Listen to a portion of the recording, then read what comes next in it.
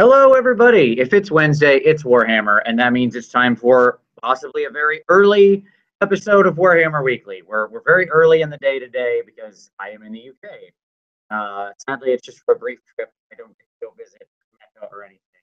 I'm just here for some business and actually leaving in the morning. But we wanted to, of course, get the show in. So, also joining me, as always, is Tom. How you doing today, sir? Hello, friends. Because of the more impromptu nature of this, we didn't know, exactly when this is going to be today. So I apologize to everyone for the last minute notice. It's been a very busy day. I've been up since about 5:30 in the morning, and it's late here. But at any rate, today we're going to talk about sportsmanship and being a good sport, and this is all triggered by some conversations I had over the last weekend and an actual personal experience of mine. As well as just kind of how to be a good sport regardless of the list you're running, how list impacts your, how people view you, your sportsmanship, that sort of thing.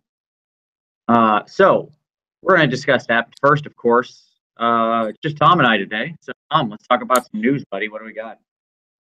Not a whole lot. I hope you are prepared to be disappointed because we have like Shadespire this week. We have sleeves. That's what we have. We have sleeves that are dropping for Shadespire. Yes. Yes. So we just found out that there are sleeves that you can like put your cards in that are like branded Sigmar or Khorne for that first release. That stuff went on pre-order. Nobody really saw the sleeves coming. It's like the Spanish Inquisition. Yeah.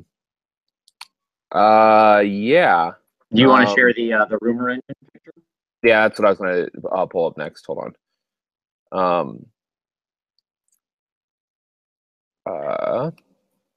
Obviously we had rumor engine picture drop, and boy is it exciting, and boy am I being sarcastic. Yes, here we go. All right, boom. You're already locked onto you. There it is.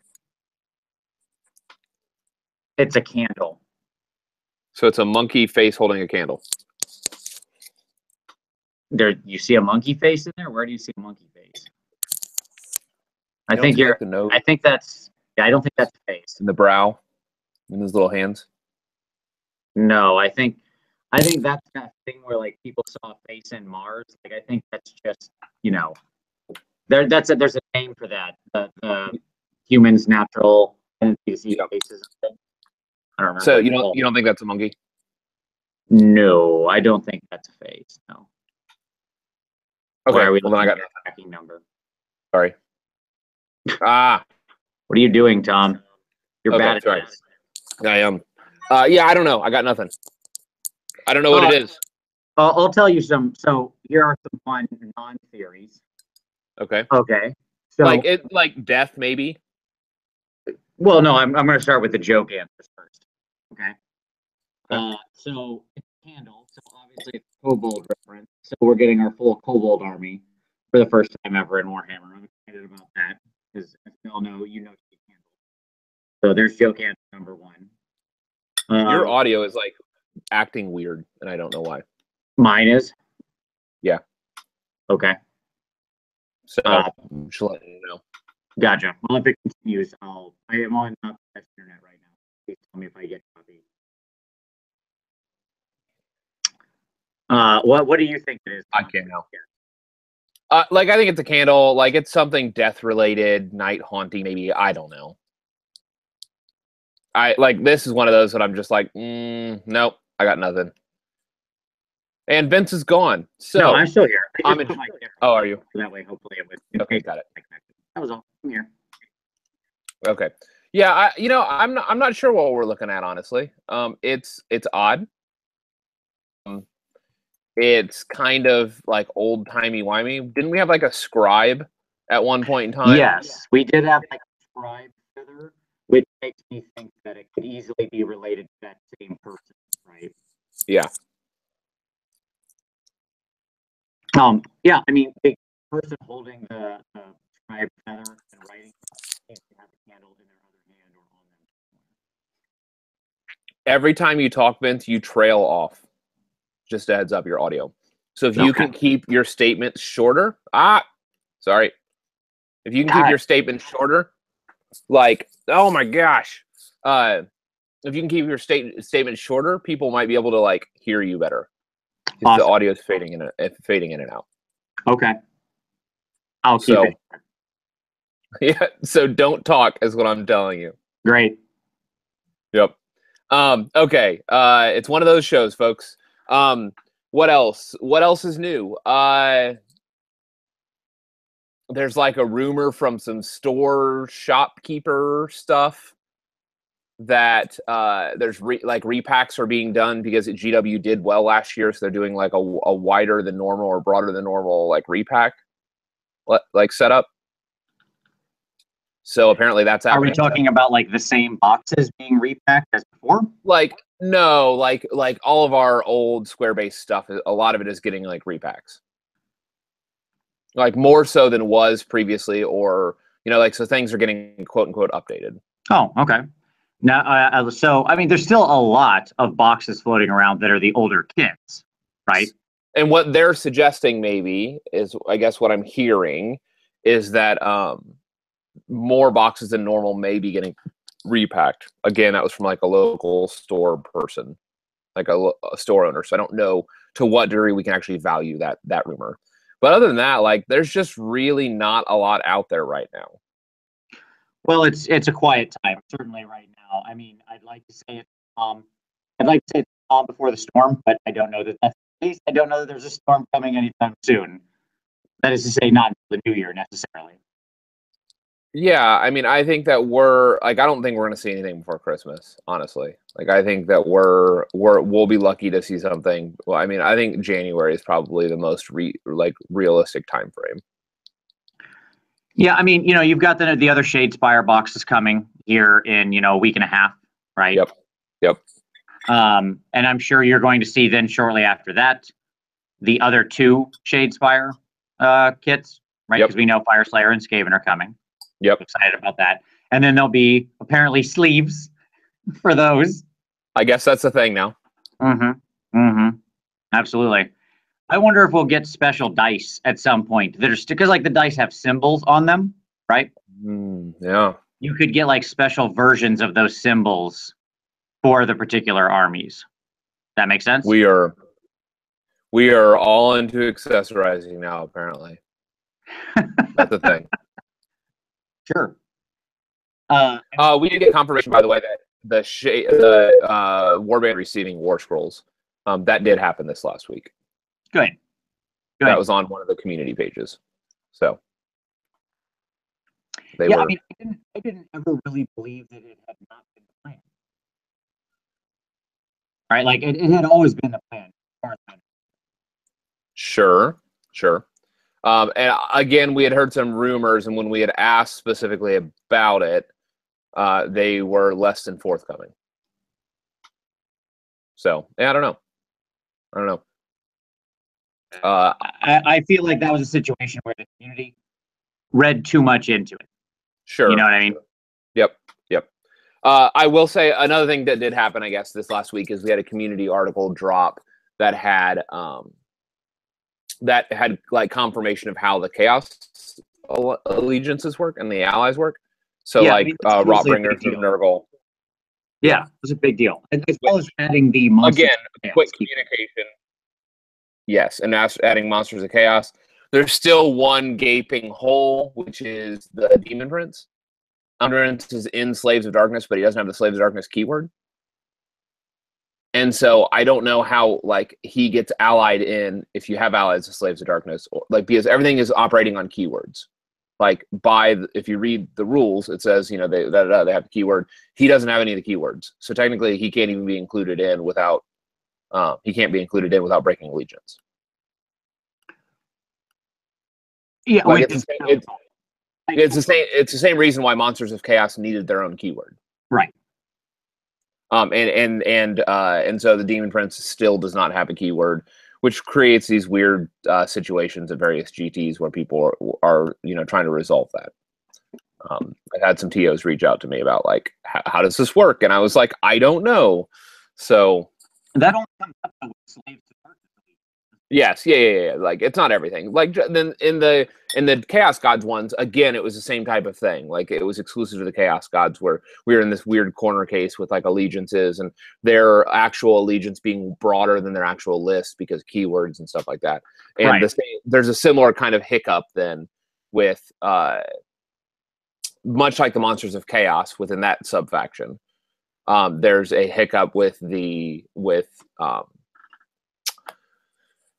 Demon Lord, Demon Prince with Slave of Darkness. But other than that, I mean, everything looks good. Like, it all seems to be working fine. I mean, what are your thoughts? I was excited because it makes it easier for a lot of those monsters. The thing I really enjoy. I shouldn't even ask your opinion, Vince, because I can't hear you. Gotcha. I was happy about it. There you go. Yeah. Yep. Yeah. So other news. Obviously, Ben Johnson's top on Firestorm today. Right? Say that again. Ben Johnson's Firestorm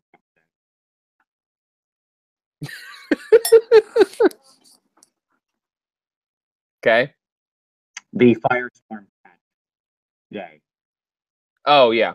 Okay. Yep. I haven't listened to any of the Warhammer TV today, unfortunately. So I wasn't able to report on it. But yeah, Ben Johnson was talking about Firestorm. I'll be interested to engage that fully. It'll be interesting to see what Ben had to say. All right. So yeah. Yep. I think that's all the news, man. Yeah, I think you're probably accurate. All right. So what's your pick of the week, man? What's my pick of the week? I don't know, stuff.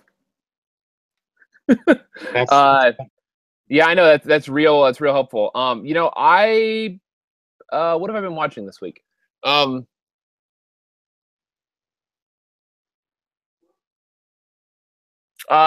Mitch did a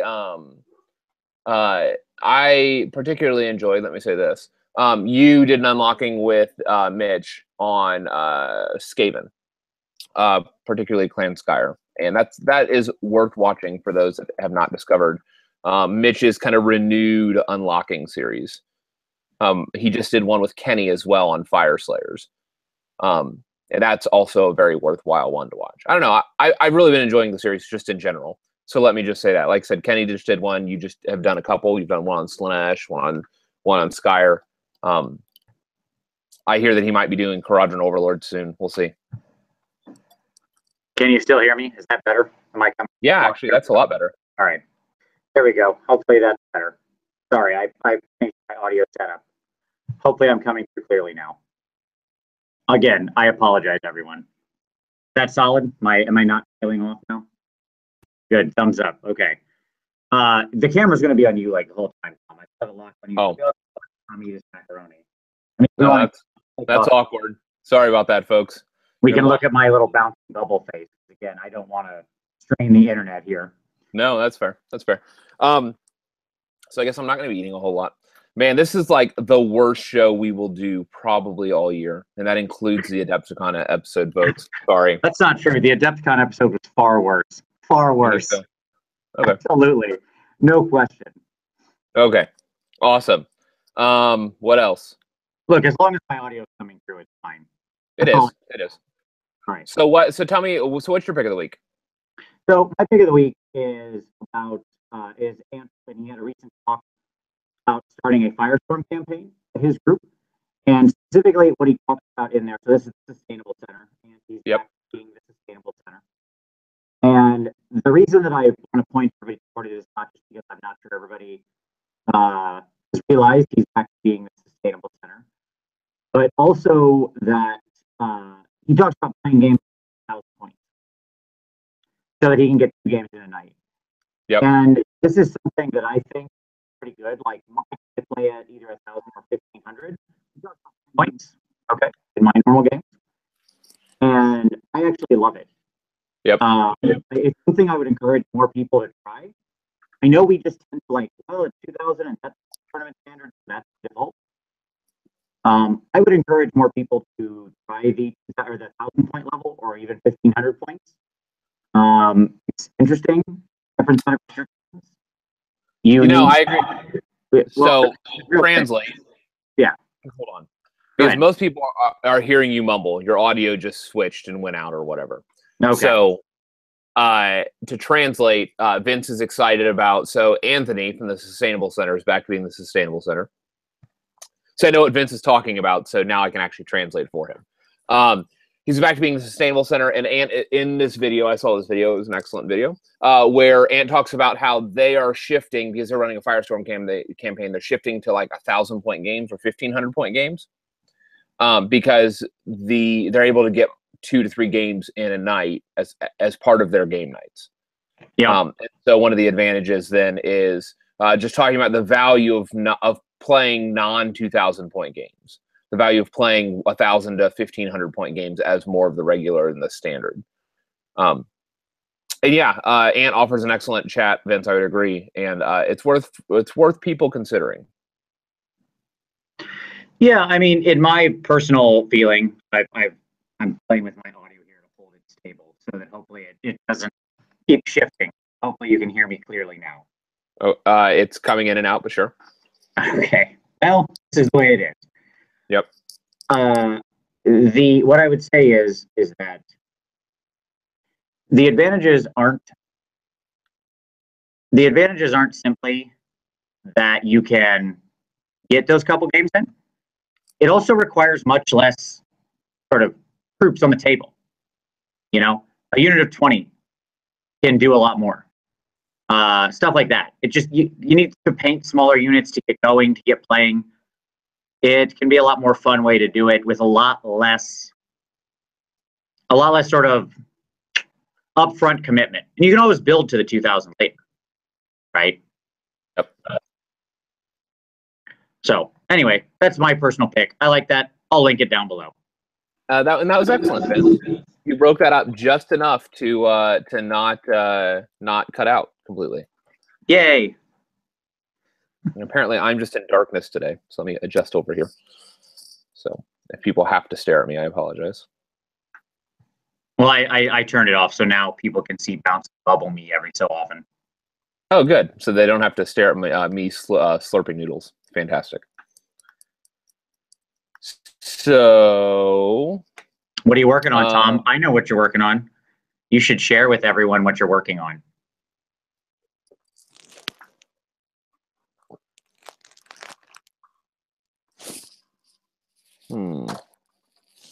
I have a smokestack base coated.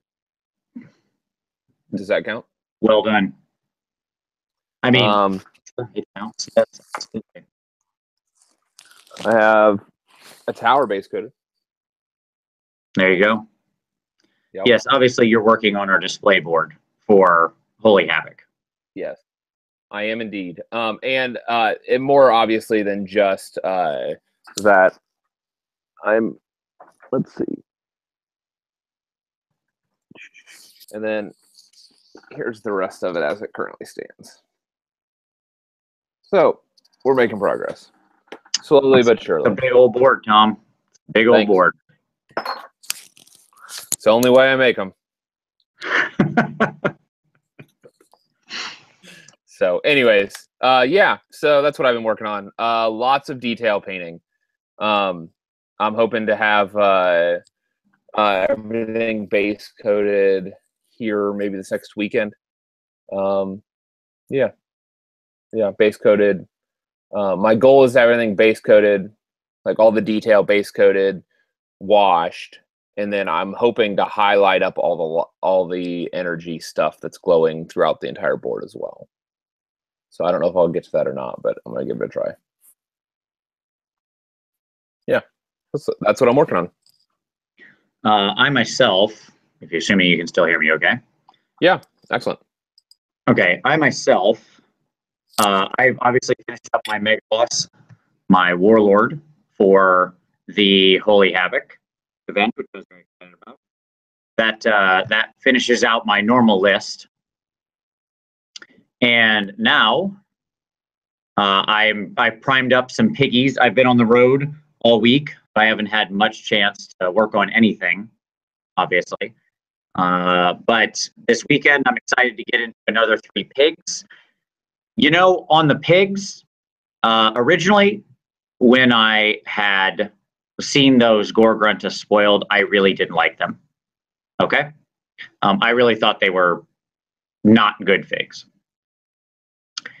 After actually painting them and seeing them in person, it's obvious to me that when they took the original photos, they did a very bad job of setting up the angles of those pigs. They took the worst possible pictures of those pigs. It's crazy to me how bad those photos were, because in practice, oh my God, I love those models on the table. Also, I will point out that I will share a little bit of my hobby time this last weekend. I got a very fun game in. I proceeded to fail a 4-inch charge with my Mega Boss on Maw Crusher, which you have +1 to charge with Iron Jaw's Allegiance. So that means I rolled Snake Eyes. And he was about ready to plow through about 3 different Khorne heroes that were strung out. So instead, he then got turned around and blood boiled and then charged by a Bloodthirster. After I summarily failed my 5-up, I charge you instead of you charging me roll. And he got spiked like a football before he got to actually get into the meat of the army. And that made me very sad. Wow. That's pretty rough. I was not happy. This is what's going to lead to our discussion about sportsmanship, because I did not respond as well as I should have. You didn't? You didn't respond? I did not. I was not thrilled about it, and I'll talk about this. Wow. For any of you guys that have played Vince, he's generally the most sportsmanly of gentlemen.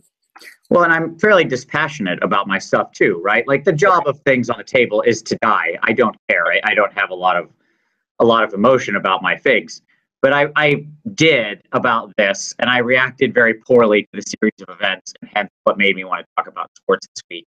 And being a good sportsman, even in casual games where it's not being evaluated, right? Yeah. Now, on the bright side, that Bloodthirster, after spiking my pigs, or sorry, after spiking my Maw Crusher, was like, he was like basically 12.5 inches away from my pigs. Okay. But there was a closer unit, so I was able to like declare a charge with pigs. Yep. And but you rolled boxcars? I did. Yeah.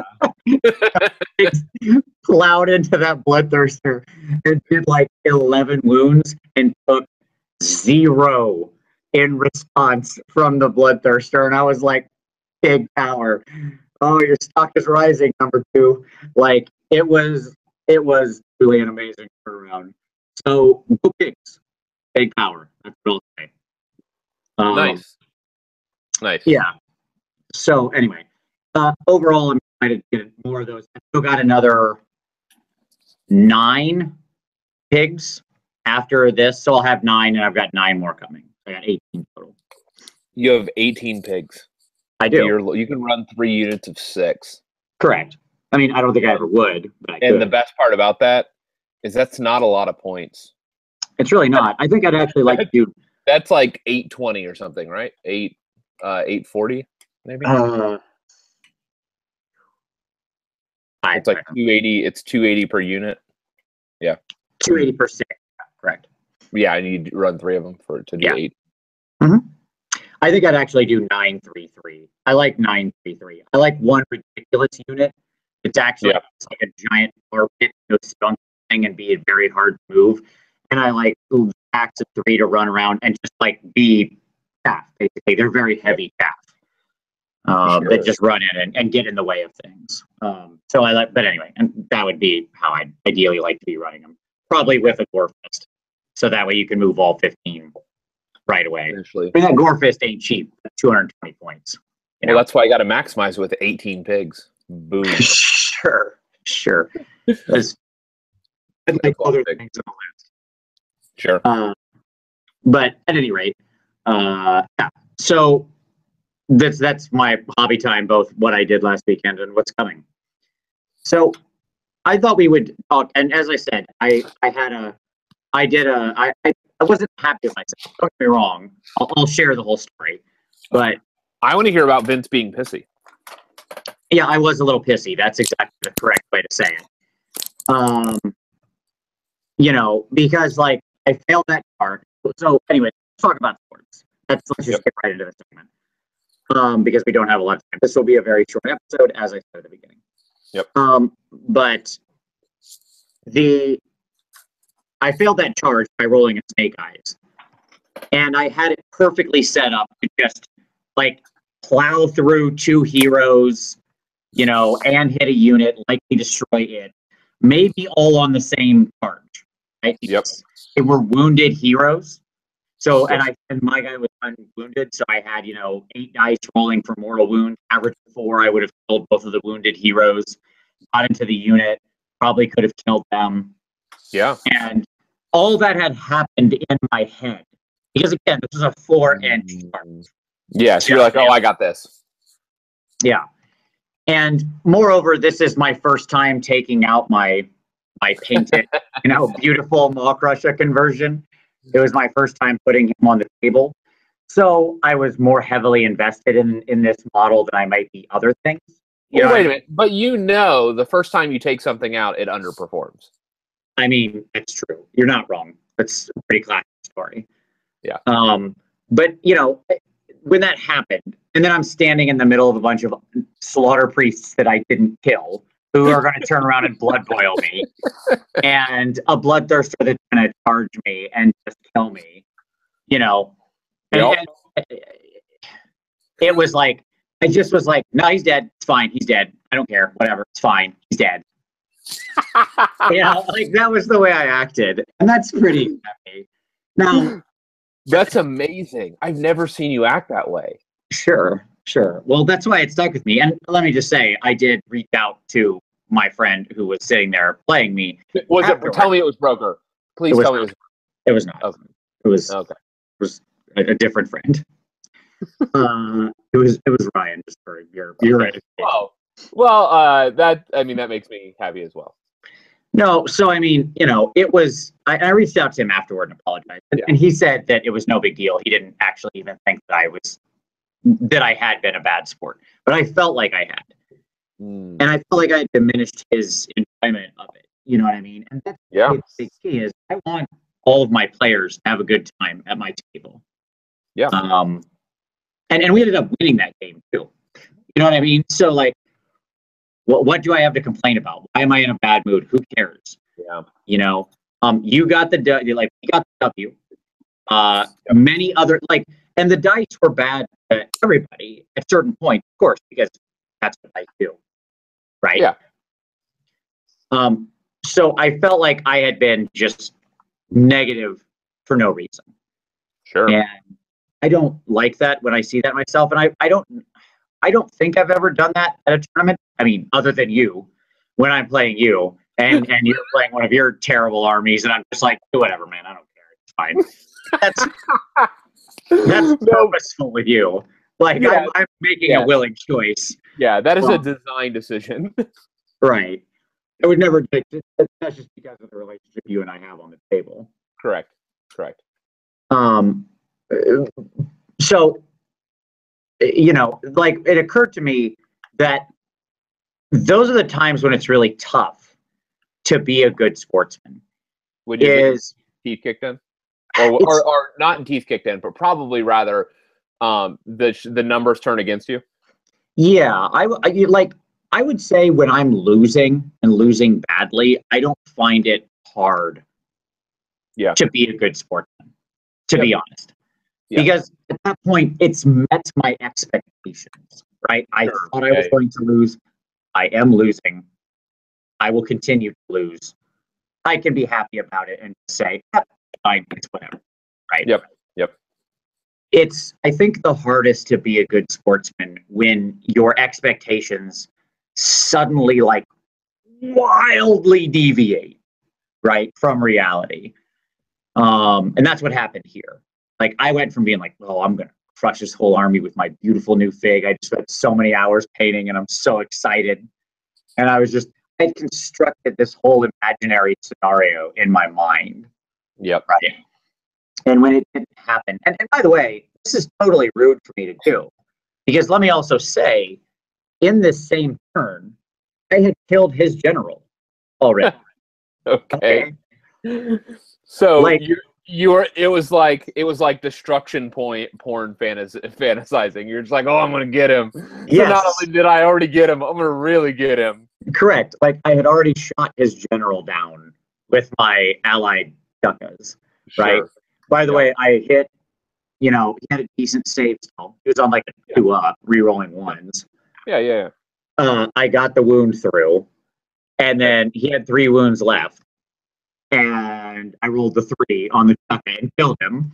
So, like, I should have actually been pretty happy. I killed his general.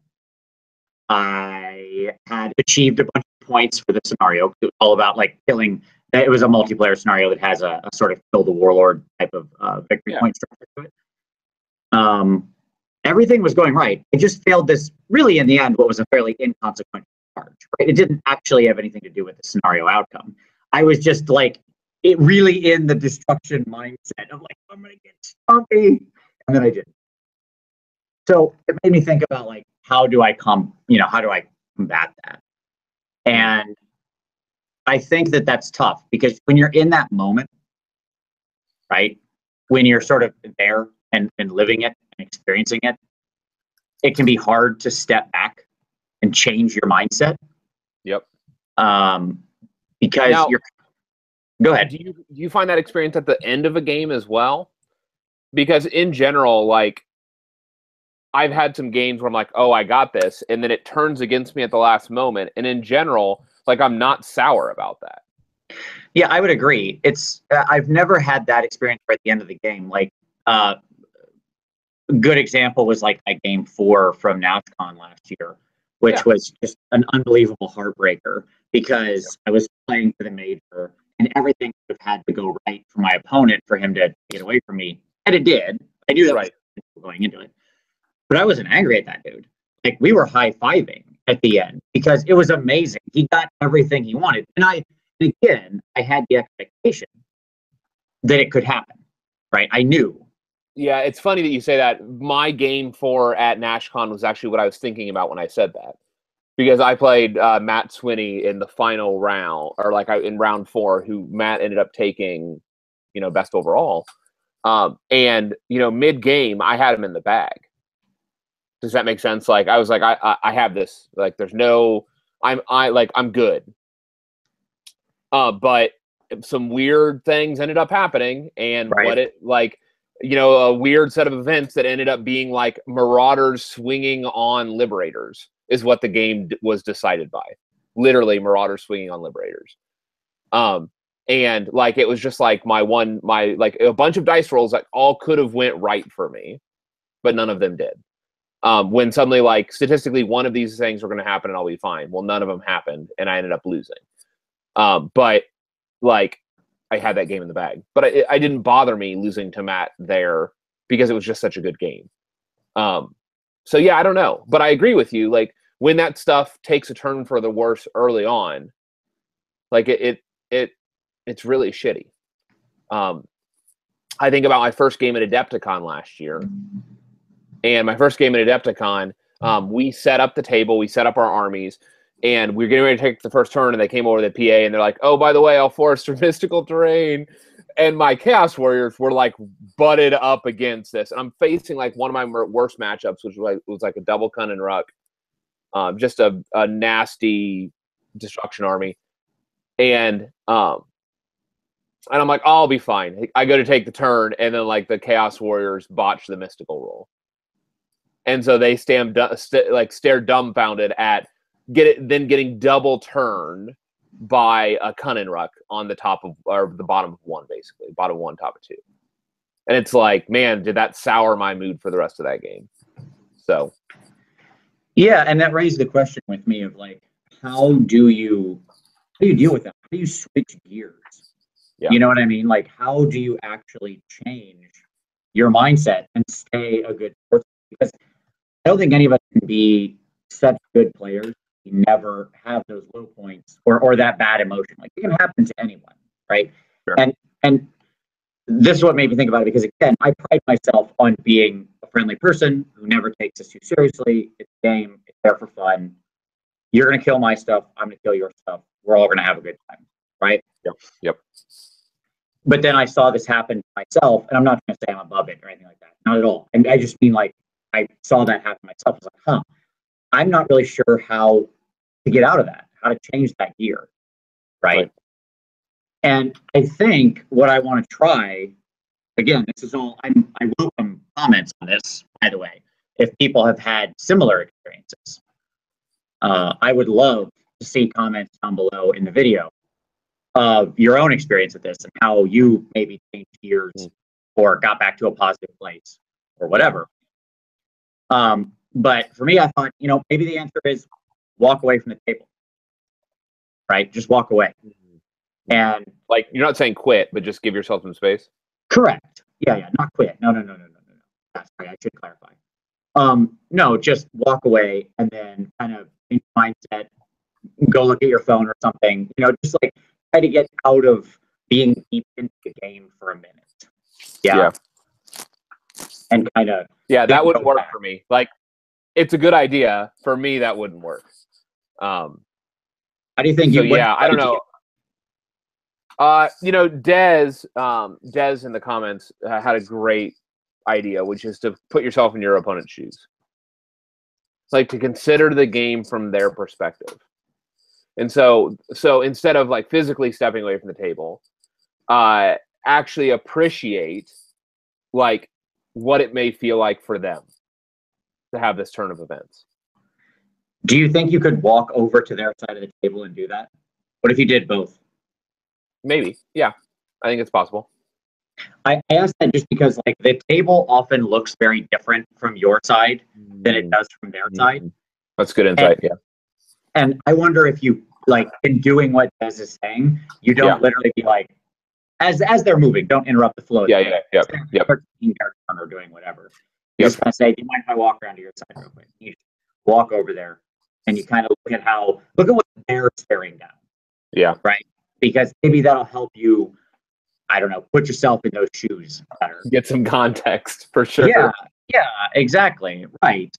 Because, I'm sure what that player was feeling when he was killing my mega boss was like, this is in the middle of a bunch of other orcs rampaging around his army and his allies' army.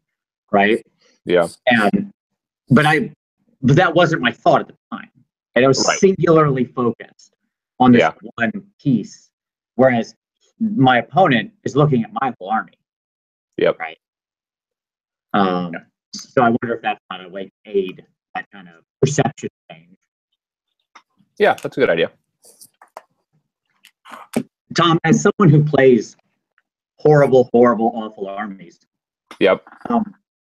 How do you overcome the sportsman challenge of, being a good sportsman and actually being friendly with someone while you're fighting them with like a nightmare army? Like while I'm actively making them have a terrible experience? Correct. Yes, that's the question. So one thing, it seems really small, but this is about like tables, like setting the stage. Okay. And this may seem insignificant, but I think this goes a long way to having a good game. And it's just simply, when I come to the table with my list, like if I have a battalion, I have all of my abilities spelled out verbatim from the book on a sheet of paper that they can look at. I walk through my entire army so that there's no surprises. Okay? Before the game starts, I want them to know kind of what they're staring at. Because the problem is it's one thing to get like kicked in the teeth because the mechanically an army is just put together well and works well and does its job well. It's a completely other thing to have that happening and then you go to respond or think of some response to it, and then for them to pull some surprise on you. Right. Yep. No, I totally agree. Setting the appropriate expectations for your opponent, right? Yeah, yeah. And so, like, you know, like when I would sit down to play, you know, for my players, like, because a lot of them are fans of the show too, and so I don't want them to have this terrible experience where they're like, "Oh, I got to play Tom and it was terrible." And so, like, I want people to have a good experience, because they have some degree of some kind of relationship with me. It's not like I'm just sitting down with a stranger to roll dice as well. I know that sounds weird, but it's true. And so, you know, a part of that, a piece of that is like me just explaining this is going to be a really weird game. You know, like this is not going to, like, you see this army, but it's not going to play like what you might expect. So, you know, like, and so I kind of invite them into kind of accepting this is going to be a fun kind of unusual play experience. And most of them agreed. They're like, yeah, that's like nothing I've ever faced before. When I was running that Nurgle army. And for some of them, it was frustrating, and I could see that. But on a lot of other of them, they were, you know, a lot of them could appreciate what it was. Now, that said, I tried to be like super upfront in everything I did. And that's another big piece of this, I think. Like, it's hard to get mad at somebody when they're literally just playing numbers. Like, if they cop an attitude, if there's posturing, if there's quick play, if there's any of that where they feel like not only are they in a tough spot, but they're also being like railroaded into like a tragic loss. Like, again, this has to go with like stage setting. In my experience, it's valuable to not slow things down like slow play, but to keep kind of a conversation going as to what's going on. Right. And, you know, for some of my players, I bumped up into some very new players, and they were very upfront in the, you know, as part of the game. And I asked them, well, do you want me to provide you feedback and talk through some of your moves as we're playing?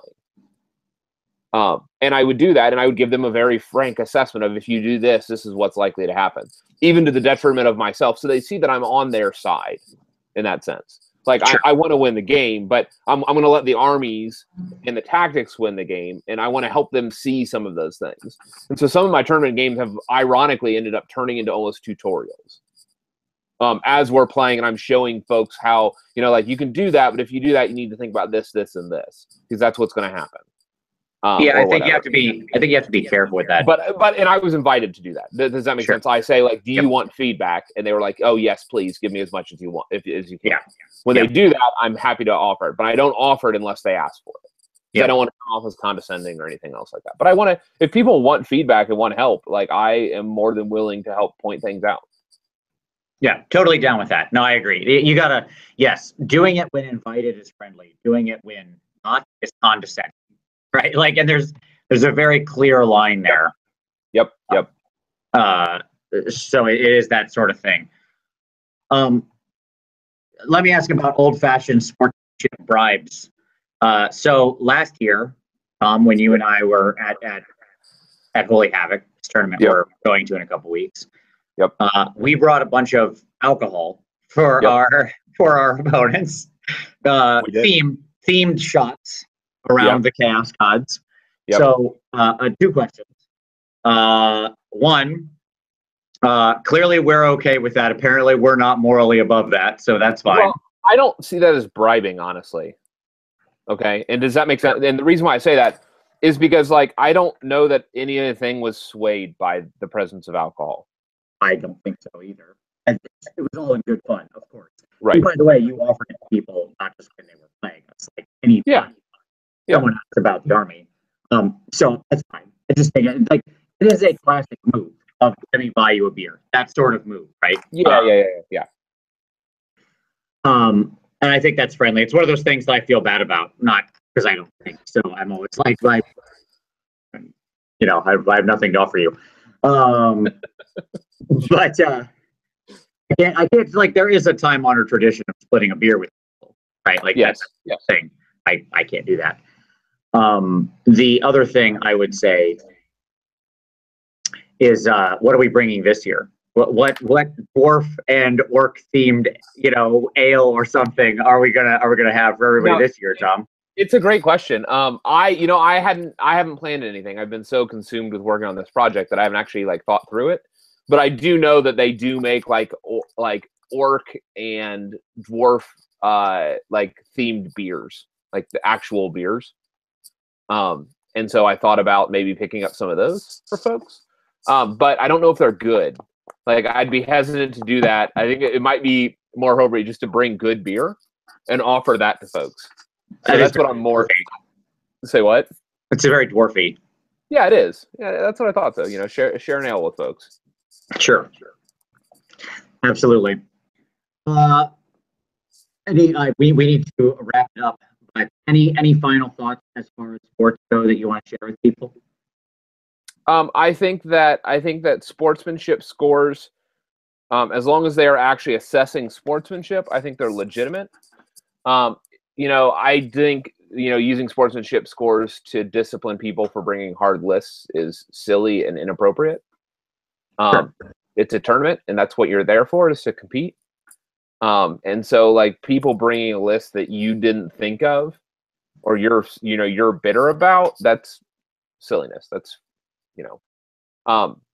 I think that there needs to be some degree of like appropriate vision casting for sports scores, and I don't think that that's been done yet. So at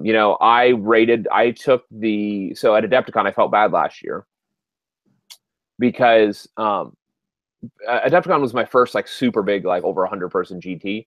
And so I didn't understand the culture fully, where, when it said like, like 3 or 4 is an average game, 5 is like you want to play with them every week or whatever. And like, I didn't understand that everybody defaulted to just giving 5s. Like, I didn't know that was a thing. I thought, right. I took the instructions at their word for what they were. And the reality is that like I found out that I committed a social faux pas, and I didn't even know it when I was scoring people. No, that's interesting because you weren't trying to be a bad actor. You just didn't know. Yeah, I didn't know that everybody was supposed to give everybody else 5s, and many people would say you're not supposed to give everybody else 5s, but the culture is that you give everybody else 5s, so you get 5s. Right. And I didn't know that, and so I think that's a conversation in of itself, as to like what kind of culture we want to create with these type of events. Yeah, I think we need to do a separate show based on like overall, the nature of overall, right? Yep. Yeah, no, I agree with that. I think my final wrap-up point would be, watch yourself and try to be the player that you want to play against. And I think I totally agree with the most important thing you said, which is be upfront with your list. Don't try to win on sneaky surprises and stuff like that, because that's going to be the number one thing that I think leads people to have a bad time playing against you, right? If you're upfront with people and you explain how your list works and you let them react appropriately, right? Then you're going to have a better time overall, because they're going to feel like they actually knew what they were doing. And if they still lose, at least they know they gave it their best try. If they lose to something that they didn't even understand, that's not a good experience, right? No. Yeah, you don't want to lose. You don't want to win on a technicality. You want to win because you outplayed them. Right. Yep. All right. So there we go. Thank you, everybody. I apologize for the short show. I apologize for not having video. C'est la vie. Is the nature of being on the road. We will be back to a normal show next week, back at home in the home base. I look forward to that then. As always, thank you very much for watching. Thank you, Tom, for participating in this very quickly and suddenly. Thank you all for watching and putting up with everything. It is deeply appreciated. And as always, we'll see you next time.